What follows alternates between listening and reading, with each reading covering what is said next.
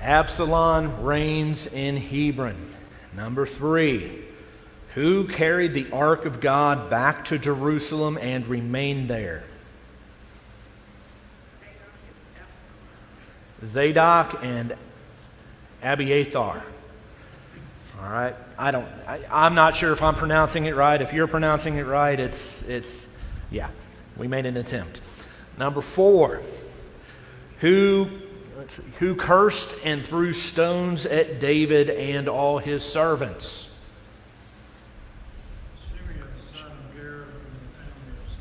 Right, Shimei, who was from the family or from the house of Saul. Number 5, what advice did Ahithophel give to Absalom? He actually gave 2 pieces of advice. One was here in chapter 16, verse 21. Then there was another piece of advice in chapter 17, in verses 1 and 2. So what do you have as the answer? Go into your father's concubines, whom he left to keep the house. And then in chapter 17, he said to pursue and strike David when he is weary and weak. Take 12,000 men and basically mount an assault on David. Number 6, concerning the second piece of advice, what did Hushai say to Absalom about Ahithophel's advice? It is not good at this time. He was David's friend. He was working against Absalom's plans, trying to protect David, kind of working as a double agent. All right, number 7. What did Ahithophel do when he saw his advice was not followed?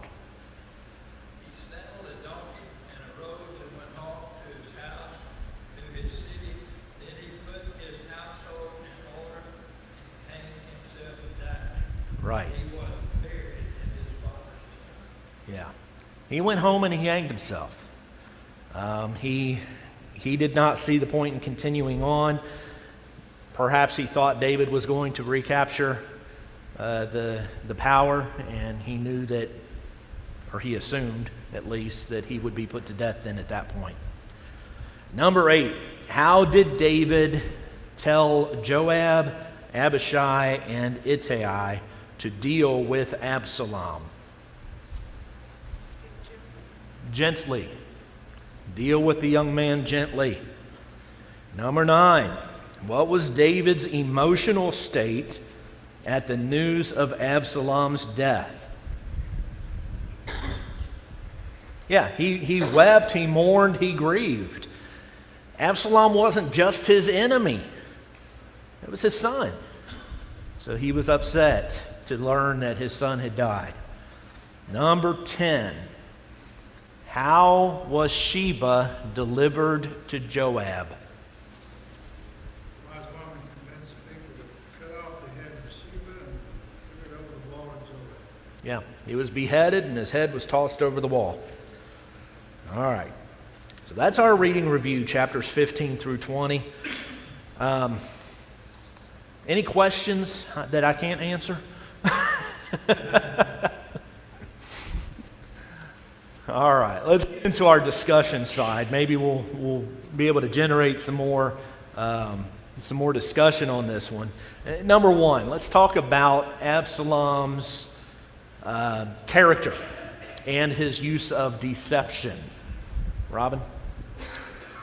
His pride and desire to take the throne from David resulted in foolish behavior, riding in a horse-drawn chariot with 50 men running. It's a foolish thing to do.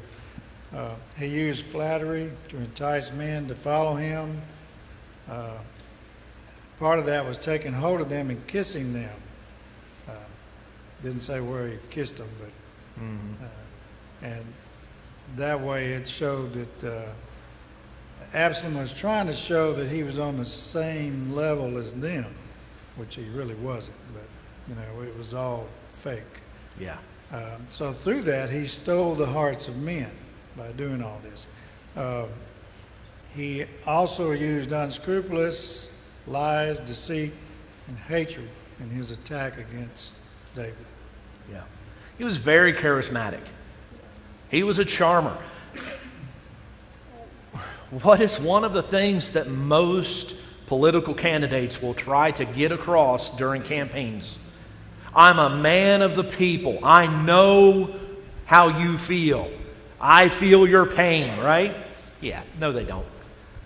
They're a lot richer than any of us can ever dream to be. They cannot feel the pain of the common man because they are not common men. But that's exactly what Absalom was doing here too, right?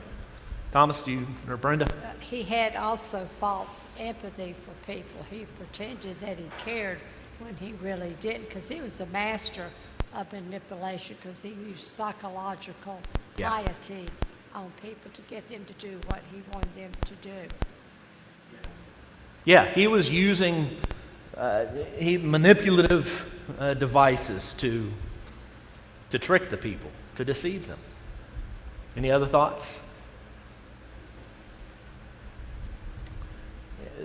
Absalom was the third son of David, the son of Maacah, the daughter of Talmai, king of Geshur. After murdering his oldest brother, Amnon, Absalom fled to Geshur, and he stayed there in exile for 3 years. When he returned to Jerusalem after his exile, he was not allowed to be in the king's presence for 2 additional years after that. He is described by one writer as cunning, deceitful, hateful, selfish, immoral, greedy for power, and revenge against his father David.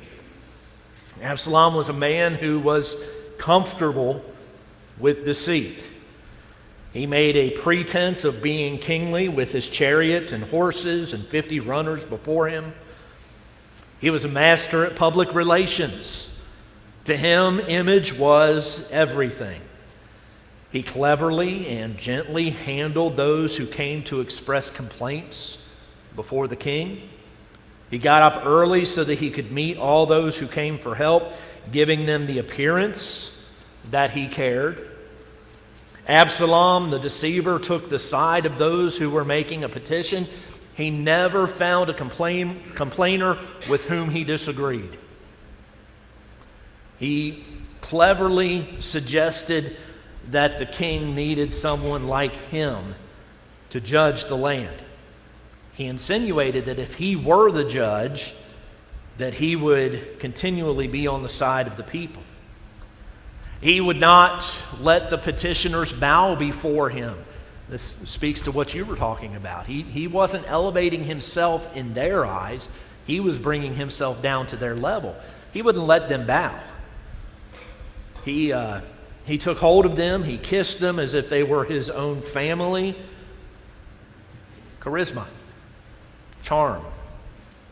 He cunningly stole the minds of the people. He was such a deceiver that the people did not even realize they were being tricked.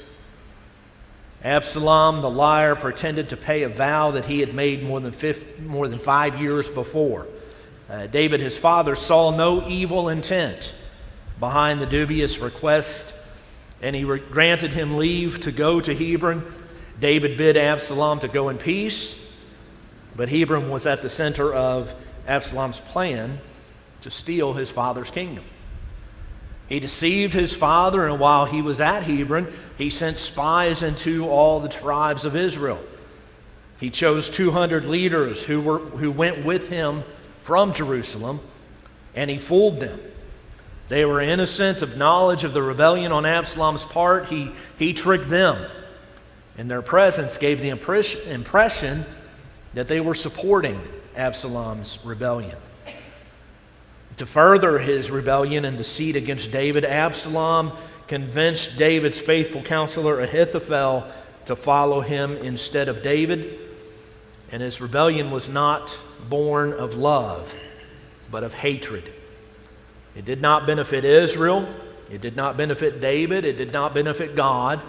His actions were strictly intended to be beneficial to himself. He flattered Israel by deceiving the people. He feigned sincere concern for justice in the land, only to seduce Israel. Absalom's motives were centered in revenge against David and glory for himself. Love for Israel or for his fellow man never entered his mind. He was what we would call today a politician. He was running for office. How many times do politicians flat out lie in campaigns? They don't have any intention of keeping their promises. They are looking for votes. 99% of the time, they don't care which side you're on as long as you give them your vote. And they're going to do what they want to do once they get into office. Absalom was that type of person. All right, any other thoughts on his character or his use of deception? Okay, number 2. What can we learn from David's attitude toward God's will? Robin? David submitted to God. He fearlessly trusted the outcome of Absalom's rebellion to the Lord. He let God's will be done. David also relied on the power and loving kindness of God. David would not allow Abishai to take vengeance on Shimei, but left vengeance to the Lord. So he totally trusted upon the Lord. Yeah, complete trust. Okay. Thomas? I have 3 things, but it's basically what Robin said. Number 1 is humble submission. He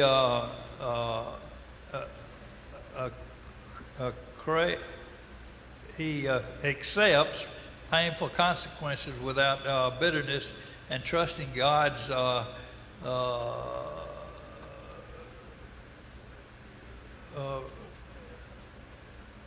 unmitigated justice, I think is what that was. And then number 2 is no manipulation. He sends the ark back, refusing to use the Holy Spirit to force a victory. And number 3, active trust. He praises prayer with practical wisdom, working strategically while living the outcome to God. Yeah. Concerning the ark, do you remember 1 Samuel chapter 4? How they treated the ark? Well, we're losing to the Philistines, it must be because we don't have the ark with us. They saw the ark as a good luck charm. David refused to use it in that way.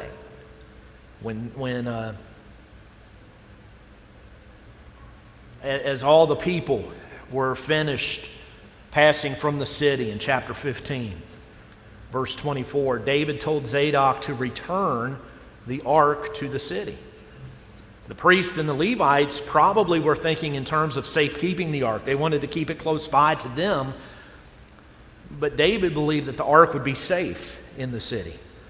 And he trusted in God rather than the mere presence of this piece of furniture. Now, I'm not trying to denigrate what the Ark of the Covenant was or what it represented, but ultimately that's what it was. It was a piece of furniture that they carried with them, a chest that kept those ancient artifacts inside.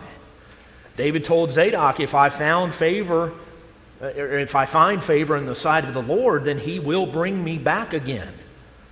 He knew that the Lord would be with him with or without the ark in his presence, and that if he was violating the Lord's will, the presence of the ark was not going to mitigate whatever punishment might come upon him. Another incident in which David deferred to the Lord's judgment, as Robin mentioned in 2 Samuel chapter 16, verses 9 through 14. Shimei was throwing stones at David and his men. He was cursing them. Abishai called him a dead dog and asked permission to take off his head.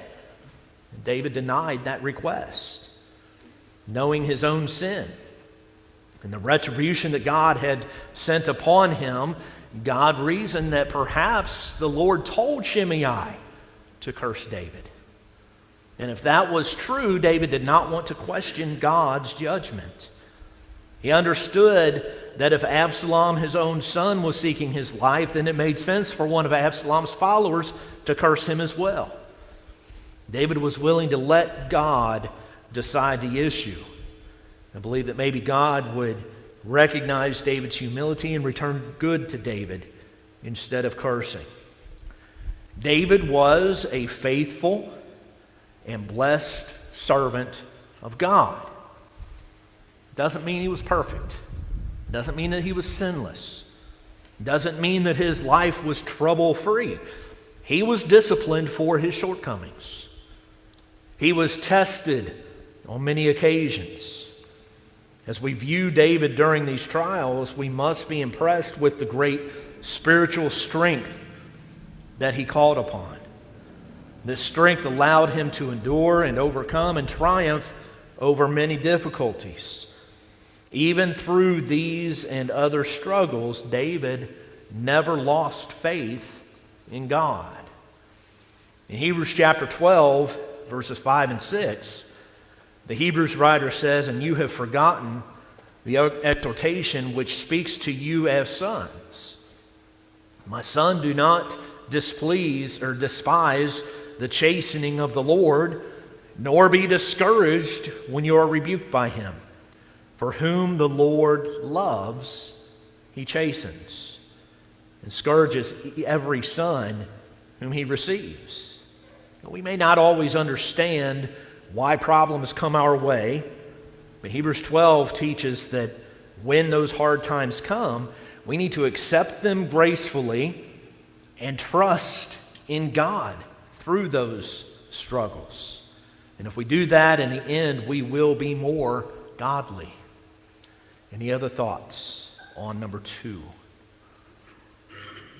All right, third question. Examine the betrayal by Ahithophel.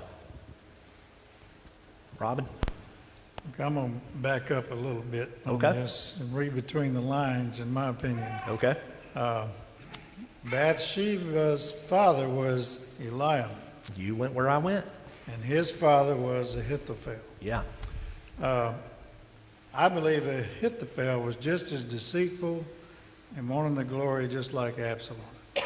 So I think what was behind this, since he was the grandfather of Bathsheba, he knew Absalom would kill her and Solomon because she was the mother of Solomon if he became king. And he didn't want that to happen since he was the grandfather of Bathsheba. So Absalom really wanted the 12,000 men to kill David so he could take the jump on Absalom to take the throne ahead of him. Okay. He would have had the 12,000 men behind him. And I believe that was what was behind it. He also advised Absalom to take David's concubines in further humiliation of David. And this was the course Absalom finally took from Ahithophel's evil advice. Yeah. That's what I got from it. Okay. Other thoughts, Thomas? Number one, there was a military strategy. He urged an immediate strike to assassinate David while he was weak in 2 Samuel 17, 1 through 3. Number two, we see the defeat. David's spies, Hushai, ruined the plan by convincing Absalom to delay the attack in 2 Samuel 17 and 14. Then there was the suicide. The delay meant Absalom would lose. Ahithophel went home and hanged himself in 2 Samuel 17, 2 through 3. His betrayal here mirrors Judas Iscariot in the New Testament. Both were close friends who betrayed their king and died by suicide. Yeah. Any other thoughts? So we're first introduced to this man in chapter 15, verse 12. He's called, he's introduced there when Absalom sent to retrieve him from the city. He's identified simply as David's counselor. Later in the chapter, someone told the king that Ahithophel was one of the conspirators with Absalom, and David said, "O Lord, I pray, turn the counsel of Ahithophel into foolishness." In chapter 16, verses 20 through 22, that's where he gave the advice to go into the concubines and to take his father's concubines. That was a smart move in the eyes of the world, talking about the power struggle there. It was a power play. It was solidifying Absalom's place on the throne. Possession of the harem was a title to the throne. That loathsome advice was calculated to quell any thought of reconciliation between David and Absalom, because Absalom would have made himself odious to his father. Absalom followed this advice because the counselor was highly regarded. When he served David, his advice was also highly regarded, so much so that both of these men considered it as if one inquired at the oracle of God. This does not indicate divine approval of what Ahithophel said. It indicates that these men trusted in him that much. It's interesting to note the family connections that Robin brought out. Might give a little bit of light. Now, I didn't go as far as you did as that he wanted to take the throne, but I saw it as a revenge thing. He was Bathsheba's grandfather. Chapter 11, verse 3, Bathsheba is the daughter of Eliam. Chapter 23, verse 34, the son of Ahithophel, the Gilonite, was Eliam. Bathsheba, of course, was the woman with whom David committed adultery. And she was the granddaughter of Ahithophel. You may have heard someone say something along the lines of, "You mess with me, I'll ignore it, I'll overlook it, do what you want, I don't care. But if you mess with my family, you mess with my kids, you mess with my grandkids, you better watch out." Right? And maybe that was in Ahithophel's mind and may explain why he sided with Absalom. Because David messed with his family, messed with his granddaughter. And so he could have been seeking revenge by taking Absalom's side. All right, any other thoughts on Ahithophel? Okay, let's go to number 4. What lessons can we learn about the difficulties and obstacles involved in restoring peace? Robin? Well, after all this happened, David had to restore the faith of the people in him. So there's a few things that he did to help that. One of them, he sat in the gate of Hanam to watch his victorious troops file by, which assured them of his recognition, his gratitude, and his approval of what they have done in that victory. People remember also David's deliverance of the people from their enemies in the past, especially the Philistines. So there was a spontaneous cry from some of them to restore David to the throne based on that. You know, they knew they could trust him to take care of them. That's Israel, not Judah, so to speak. Judah was the seat of Absalom's rebellion. So they were a little hard to convince. But over time, David did, but he also had to remove Joab to induce Judah to come to David's side. So that's kind of what I got out of it. Okay. All right. Thomas, do you have something? Restoring peace is painfully slow, complex process. It requires immense humility, as past sins often echoes in present conflicts, and true reconciliation demands navigating deep tribal divisions rather than just winning a military victory. Number one, tribalism and political pride. Even after Absalom's death, fully reuniting the fractured kingdom of Judah and Israel in fighting with intense political jealousy and bickering in 2 Samuel 19:41 through 43, peace cannot be forced. It requires a careful diplomacy and a bridging deep-seated culture divide. This is a lot said in this particular trying to answer this, because, you know, we can see that today in today's world. Winning the war a lot of times might be relatively easy, but winning the peace is difficult.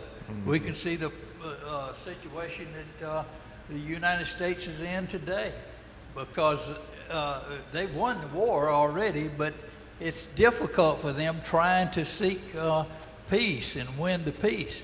And we can see the same thing happening in the church today. A lot of time when there becomes a divide in the church, it's real difficult to win that peace back, because a lot of times you can negotiate and you can try to work out solutions to the problem, but there's always a problem of regaining that peace that you desire.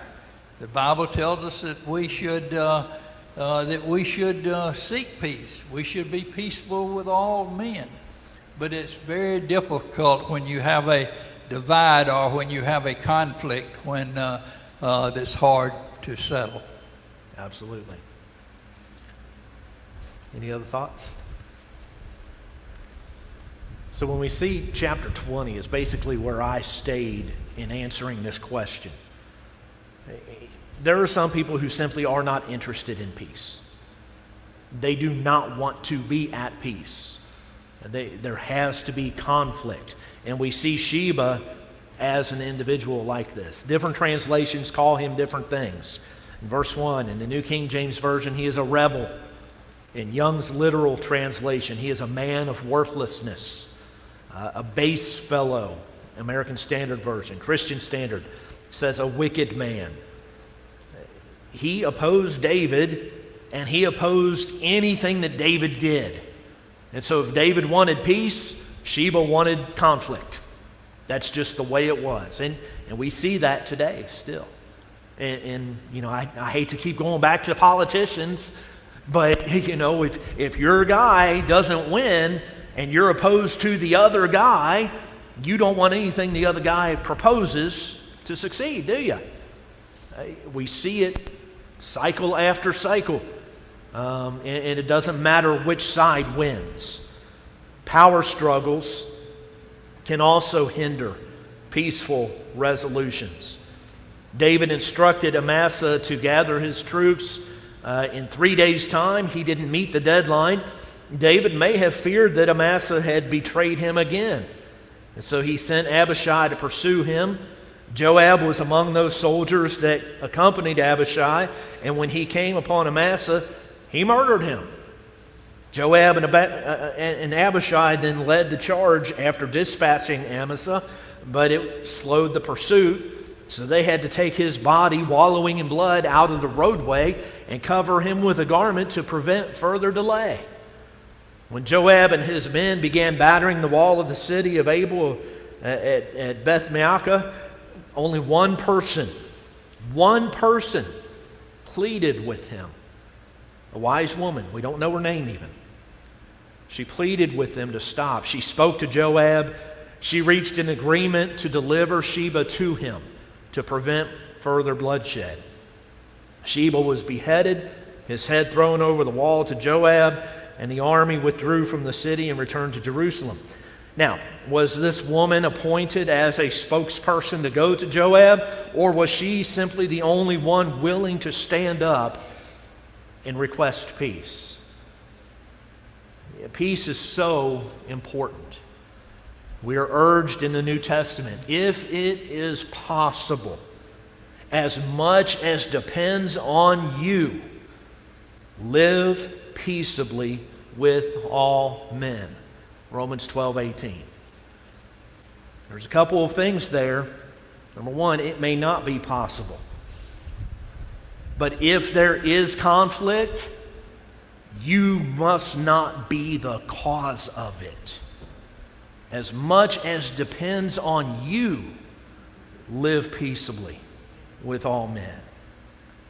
Jesus says, "Blessed are the peacemakers, for they shall be called the sons of God." Matthew 5:9. Peace is a characteristic of the fruit of the Spirit. Galatians 5:22.